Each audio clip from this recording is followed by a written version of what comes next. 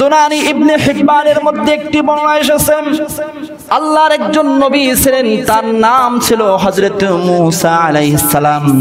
আপনারা কি নামটা কি শুনেছেন? জবান খুলে কথা বলবেন, শুনেছেন কিনা? হযরত মূসা আলাইহিস সালামের জামানায় এভাবে মানুষগুলো অপকর্মের মধ্যে জড়িয়ে ছিল, মানুষগুলো অত্যন্ত খারাপ কাজের মধ্যে নিজেকে নিয়োজিত করে রেখেছিল। এমত অবস্থায় আল্লাহ পাক রব্বুল আলামিন আজকের মতো তাপদাহ দেওয়া শুরু করলেন। মানুষের জীবনগুলো অতিষ্ঠ হয়ে যাচ্ছিল, যেন জীবনগুলো মানুষ আর পরিচালনা করতে পারতেছিল না, এমন অবস্থা হয়ে গিয়েছিল। হাদিসের শরীফের মধ্যে বর্ণনা এসেছে, বন থেকে হিংস্র প্রাণীগুলো লোকালয়ের মধ্যে ফিরে এসেছিল, কারণ সেই বনের মধ্যে হিংস্র প্রাণীরাও বসবাস করতে পারতেছিল না, তাদের জীবনগুলো বিপন্ন হয়ে গেছিল।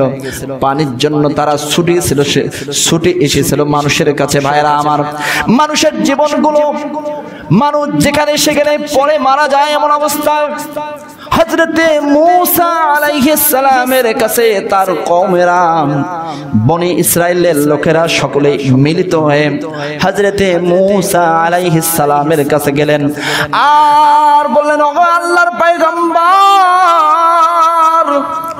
আপনি তো আল্লাহর পয়গম্বর, আজকে আপনি এই বিপর্যয় দেখতেছেন, আজকে এই বিপদ দেখতেছেন, আপনি একটু আল্লাহর কাছে দোয়া করেন, আমাদের এই সমাজে, আমাদের এই দেশে, আমাদের এই জায়গায় যেন আল্লাহ পাক রব্বুল আলামিন বৃষ্টি বর্ষণ করে দিয়ে দেয়।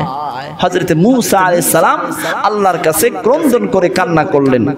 সালাম যখন আল্লাহর কাছে ক্রন্দন করলেন, আল্লাহর কাছে বৃষ্টির জন্য আবেদন করলেন, আপিল করলেন, ঠিক ওই মুহূর্তে করার পরে সঙ্গে সঙ্গে তাপদাহ যদি ছিল 42 ডিগ্রি, সে সময় কিছুক্ষণ পরে 44-50 ডিগ্রি সেলসিয়াস তাপমাত্রায় ফিরে আসলো। বনি ইসরাইলের লোকেরা অবাক হয়ে গেলেন। হযরত মূসা আলাইহিস সালাম নিজে অ্যাস্টোনিশড হয়ে গেলেন, বিস্মিত হয়ে গেলেন। আমি আল্লাহর কাছে বৃষ্টির জন্য আবেদন করলাম, কিন্তু ভিন্ন সিনারি, ভিন্ন একটা দৃশ্য আমি দেখতে পাচ্ছি, যেখানে আমি বৃষ্টির জন্য প্রার্থনা করলাম, কিন্তু আল্লাহ পাক রব্বুল আলামিন আরো বেশি তাপদাহ বাড়িয়ে দিলেন।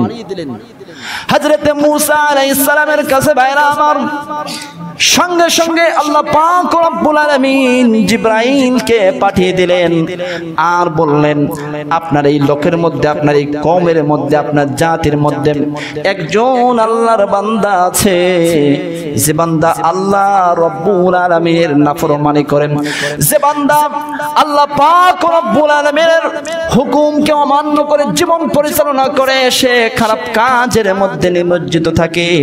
এতগুলো মানুষ আছে, এই মানুষের মধ্যে একজন মানুষ এই খারাপ কাজের জন্য নিমজ্জিত থাকার কারণে আল্লাহ পাক রব্বুল আলামিন এই আপনার জাতির উপরে এই আযাব গজব দিচ্ছেন। তো এই আযাব গজব থেকে মাপ পাওয়ার জন্য, এই আযাব গজব থেকে রেহাই পাওয়ার জন্য আপনাকে যে কাজটি করতে হবে, আপনার জাতির মধ্যে আপনার সামনে যতগুলো মানুষ এসেছে, এই মানুষগুলোর মধ্যে থেকে যে মানুষটা এই খারাপ কাজ করেছে, যে মানুষগুলোর মধ্যে যে মানুষটা আল্লাহ পাক রব্বুল আলামিনের হুকুম অমান্য করে জীবন পরিচালনা করে, সেই মানুষটাকে আপনি এই দরবার থেকে বের হয়ে যাইতে বলেন। আর যদি সে বের হয়ে যায়, তাহলে আল্লাহ পাক রব্বুল আলামিন আপনার এই জাতির থেকে সেই তাপদাহ, সেই আযাব, ভয়াবহ গজব আপনার জাতি থেকে আল্লাহ পাক রব্বুল আলামিন উঠিয়ে নেবে। ভাইরা আমার, লক্ষ্য করুন, হযরত মূসা আলাইহিস সালাম জাতির সামনে ভাষণ দিলেন, কে আছো তোমাদের মধ্যে একজন আল্লাহর বান্দা, যে আল্লাহ পাক রব্বুল আলামিনের হুকুম অমান্য করে নিজে জীবনটাকে অতিষ্ঠ করে ফেলেছে, গুনাহের মধ্যে নিমজ্জিত করে ফেলেছে, আর এই তার জন্য আজকের এই অবস্থা। মেহেরবানি করে তোমরা এখানে তোমাদের মধ্যে যে মানুষটা এই কাজ করেছে, এখান থেকে তুমি বের হয়ে যাও। সুনান ইবনে হিব্বানের মধ্যে বর্ণনা এসেছে যে মানুষটা খারাপ কাজ করত, যে মানুষটা আল্লাহ পাক রব্বুল আলামিনের হুকুম অমান্য করে জীবন পরিচালনা করত, সেই মানুষটা আল্লাহ পাক রব্বুল আলামিনের কাছে মনে মনে বলতে লাগলেন, আল্লাহ